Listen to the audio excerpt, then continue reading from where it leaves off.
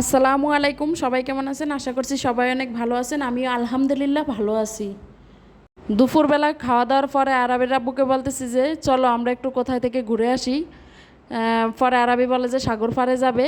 পরে আমিও বলতেছি যে অনেক দিন যাওয়া হয় না, তাহলে চলো। তো এর আব্বু ডিউটি থেকে যেহেতু ডিউটি করে আসছে, বলতেছে আমি একটু ঘুমিয়ে নেই, তারপরে আসর আজান দিলে রওনা করব।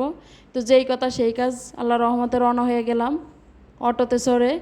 এখন হচ্ছে সাগর পাড়ে চলে যাব।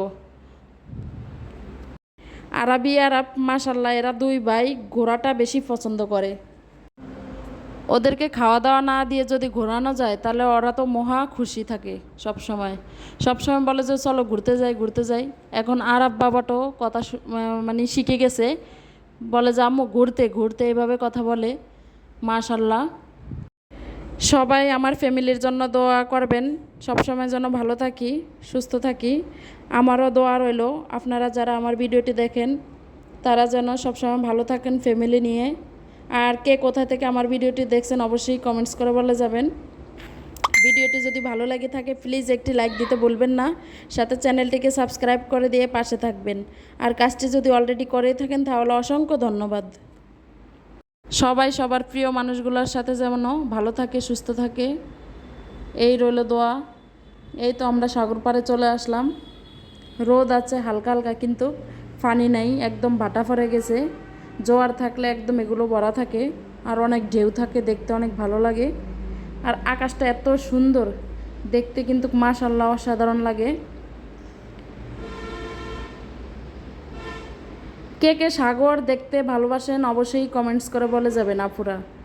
কে কে সাগর দেখতে ভালোবাসেন অবশ্যই কমেন্টস করবেন। আর সাথে তো সুন্দর সুন্দর একটু কমেন্টস করে যাবেন, আপনাদের কমেন্টসের অপেক্ষা আমি থাকি। আমরা একজনকে ভালোবাসা না দিলে কোনোভাবেই আগাতে পারবো না।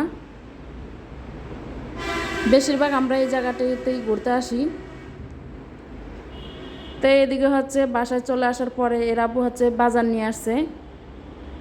বাসায় কোনো কাঁচা বাজার ছিল না, মানে মাছ আছে ফ্রিজে কিন্তু কোনো সবজি টবজি নাই বাসায়। মানে মাছ খেতে খেতে এখন আর মাছ ভালো লাগে না। এর আব্বুরও বলতেছি যে কিছু আনো, একটু ভাজি ভর্তা খাবো এরকম করে। দেখতেছি যে আমার পছন্দের সব কিছুই নিয়ে আসছে, সাথে তো আমার পছন্দের মাছ নিয়ে আসছে অনেকগুলো। একেবারে টাটকা সবজি নিয়ে আসছে। বেগুন আনতে বলছি, বেগুনের ভর্তা করব।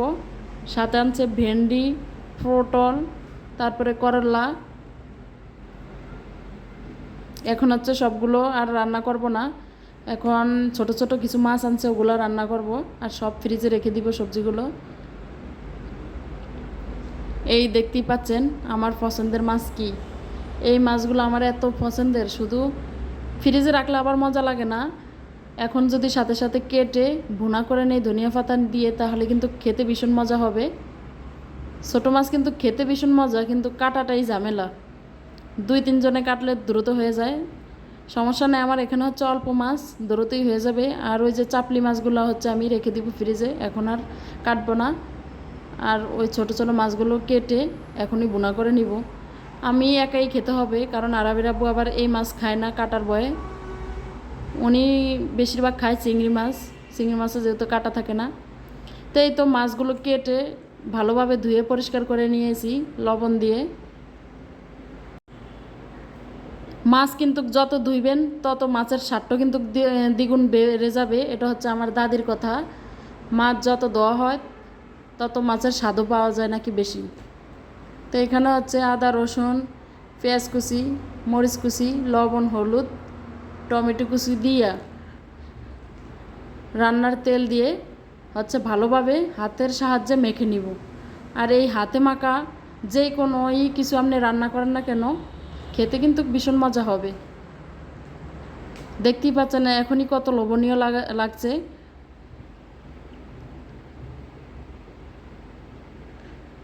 এখন হচ্ছে পরিমাণ মতো একটু পানি দিয়ে চুলায় বসিয়ে দিব।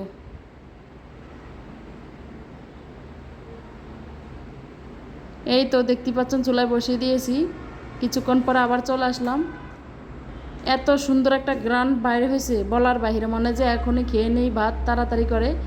সত্যি আমি মাছটা রান্না হয়েছে আর সবার আগে ভাত খেয়ে নিয়েছি। আর আবির আব্বু আবার বেশি খুশি থাকে আমার পছন্দের কিছু রান্না করলে, ওই দিন আমি কিন্তু তাড়াতাড়ি ভাত খাই। তো সবাই ভালো থাকবেন, সুস্থ থাকবেন। আসসালামু আলাইকুম।